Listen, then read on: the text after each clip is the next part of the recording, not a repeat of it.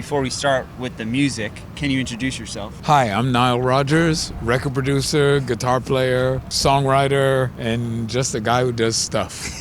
Do you have any idea what we're doing? I have no idea. Okay, good. I play a song. If you can name the artist, you win $5. And then after that, it goes double or nothing. Okay, cool. It's a new song. New song. Uh-oh. This ain't Texas. Ain't no hold'em. So lay your cards down. Voice sounds like Beyonce. It's Beyonce. I love her. How was working with Beyonce? She was amazing.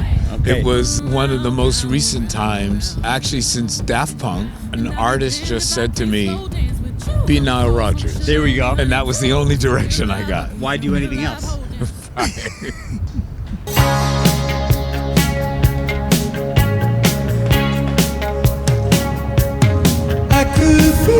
Oh, more than this. More than this.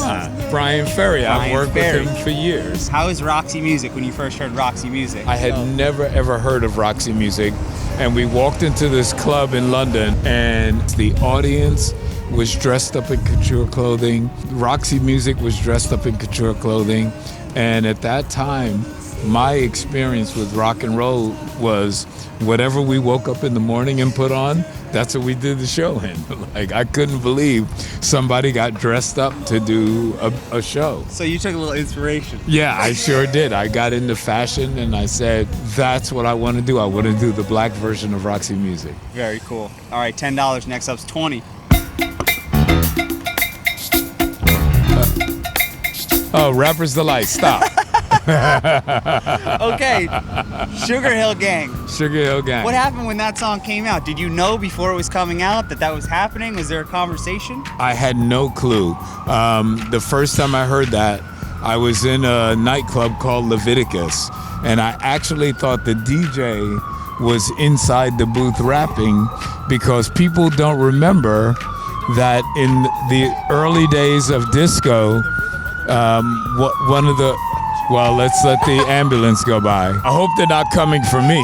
I just had a checkup, I'm cool. The disco guys were rapping over the songs. You know, as much as I love hip hop, and I'm certainly a part of the beginning of hip hop, the disco guys were doing that like all the time. And that's what kept the dance floor hot. So when I heard Rapper's Delight, I honestly thought it was just the DJ in the booth. Just happening live. Yeah, that we had no idea that he bought the record until I looked to the right and I saw him standing at the bar, and this song was going on and on and on. And I looked at him and I went, yo, and he was my friend. I said, how are you doing that? He said, no, I bought that earlier this morning in Harlem. It's like the hottest thing on the streets. It's unbelievable. And you hear that guitar, and you're like, that's familiar. And I went over and I got a copy of the album, and my name wasn't on it. And I went, whoa.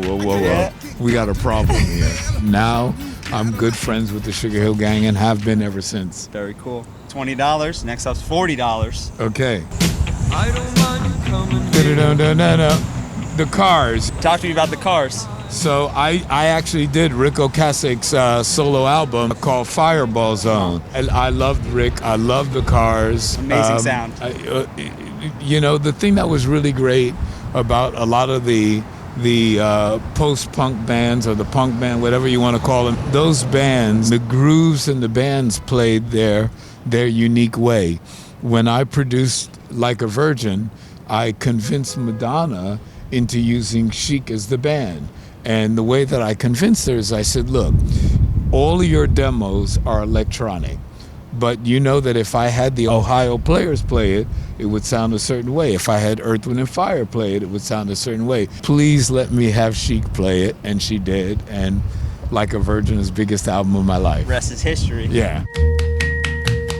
Every day it's a getting closer. roller coaster. I don't know who the artist is. I know the record. This guy was early, even before the Beatles, was an inspiration to them. And at Christmas time, you go underneath. What kind of like branches do you see? That little green mistletoe. No, the other one. No. Holly. Oh, Buddy Holly. Yeah. Oh, that was Buddy Holly who did that cut? There we go. Now I'm embarrassed. We're giving it to you. You know it. Okay, cool.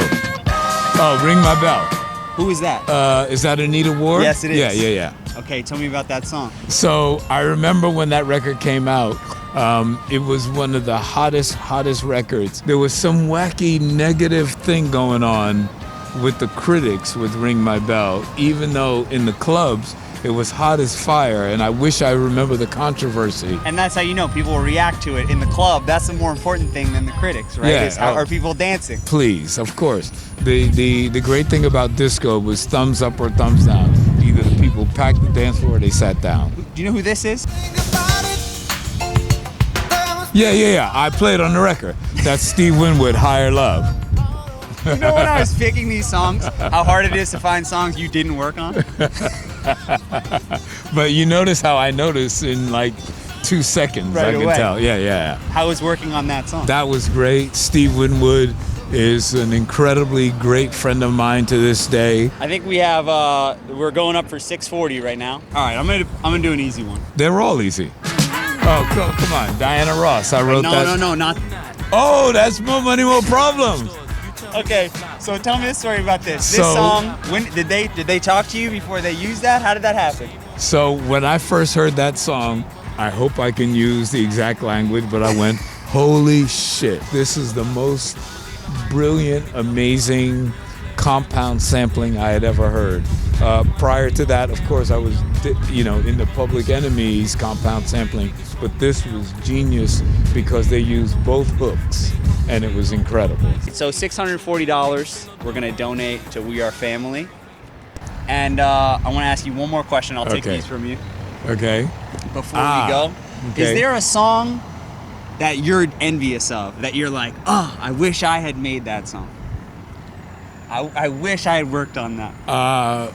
There may be about 400 or 500 songs.